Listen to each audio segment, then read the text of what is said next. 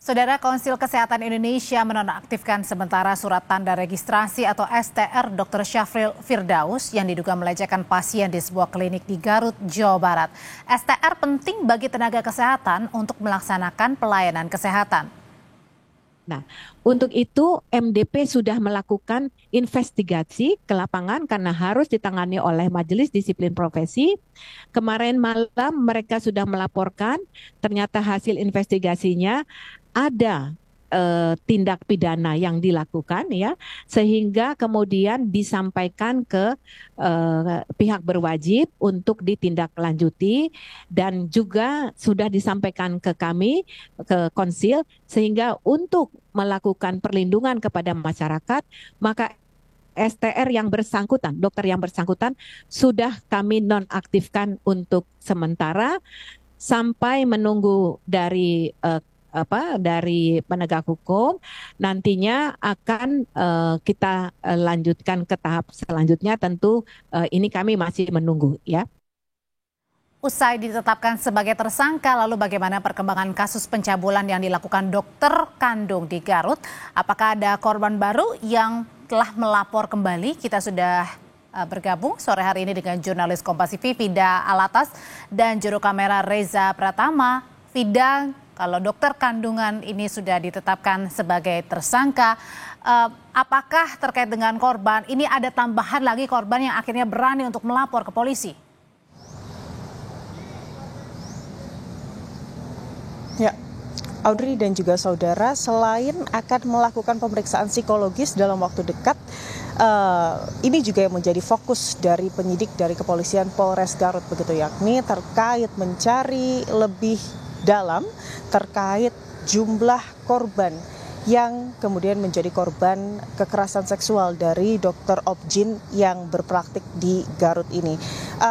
Polisi menyebut bahwa berdasarkan pengakuan korban dari penyelidikan mendalam yang dilakukan oleh pihak kepolisian, paling tidak tersangka ini mengakui bahwa dirinya ini telah melakukan tindak asusila kepada setidaknya 4 orang pasiennya. Kalau kita petakan, Audrey dan juga saudara, ada 4 orang pasien yang tersangka akui telah melakukan tindak asusila. Itu artinya pasien yang pertama atau korban yang pertama ini adalah korban yang saat ini telah membuat laporan resmi secara tertulis ke pihak kepolisian, yakni korban yang dilakukan tindak asusila dengan kemudian modus pemberian vaksin atau layanan vaksin secara pribadi, begitu Audrey dan juga saudara. Lalu korban yang kedua kalau kita petakan, ini adalah korban yang videonya ini tersebar luas di jagat maya dengan modus kemudian pemeriksaan USG pada korban. Yang mana hingga saat ini Audrey dan juga saudara, korban yang videonya ini tersebar di jagat maya tersebut masih belum berkenan untuk melaporkan tersangka begitu ya, atau membuat laporan terkait kasus ini kepada kepolisian dengan alasan privasi. Jadi statusnya dalam kasus ini Audrey dan juga saudara, korban yang kedua atau terduga korban yang kedua ini masih sebagai saksi. Itu artinya Audrey dan juga saudara, paling tidak ada 2 lagi korban yang saat ini masih terus didalami oleh pihak kepolisian dari Polres Garut. Polisi tentunya ini juga menyinggung terkait adanya sejumlah pengguna media sosial yang kemudian menyebarkan cerita-cerita mengenai dirinya yang juga diduga ini menjadi korban dari dokter Objin tersebut. Ini yang didorong oleh kepolisian adalah pihak-pihak yang kemudian membagikan ceritanya di media sosial ini untuk bisa melapor ke posko pengaduan yang ada di Polres Garut begitu ya, ataupun bisa melapor melalui hotline yang tersedia oleh pihak kepolisian. Tentunya yang dijamin oleh masyarakat ini adalah siapapun yang melapor, yang dijamin oleh polisi dan juga saudara. Ini polisi menjamin hak-hak korban atau pelapor, perlindungan korban, dan juga kerahasiaan identitas secara optimal bagi siapapun korban yang melapor. Ini tentunya didorong oleh kepolisian agar penyidikan dari kasus ini bisa dilakukan secara tuntas begitu Audrey dan juga saudara.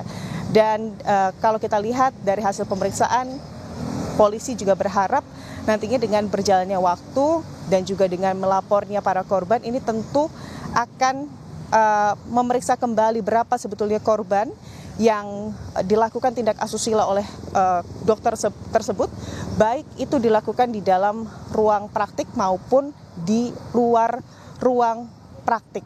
Ini tentunya Audrey dan juga saudara, kalau tadi kita mengutip dari pihak kepolisian, memang bukan menjadi hal yang mudah atau ini adalah hal yang sensitif bagi korban dari tindak kekerasan asusila. Karena melapor tindak asusila yang kemudian ia terima, itu artinya mereka berhadapan dengan stigma masyarakat yang saat ini memang masih negatif begitu ya terhadap korban tindak asusila. Tapi tentunya yang diperkuat oleh kepolisian, dorongan yang kemudian dukungan begitu ya yang diberikan oleh pihak kepolisian agar para korban ini dapat melaporkan tindakan tersebut. Paling tidak ada beberapa fungsi, diantaranya untuk penyidikan. Ini tentunya untuk mengkonstruksi kembali, menambah kembali pasal-pasal yang mungkin bisa menjerat pelaku atau tersangka. Di antaranya jika kemudian nanti pelapor atau korban ini terbukti lebih dari satu, paling tidak polisi atau penyidik ini bisa menambahkan pasal pemberat, pasal pembuatan berulang. Lalu diharapkannya dengan kemudian korban kompak melapor, ini bisa memberikan efek jera bagi pelaku dan juga siapapun predator seksual yang ada di luar sana, Audrey. Polisi terus mendorong para pasien yang merasa menjadi korban pelecehan dokter kandungan di Garut, Jawa Barat untuk segera melapor agar penyelidikan bisa dilakukan segera oleh polisi. Terima kasih laporannya Fida Alatas, jurnalis Kompas TV.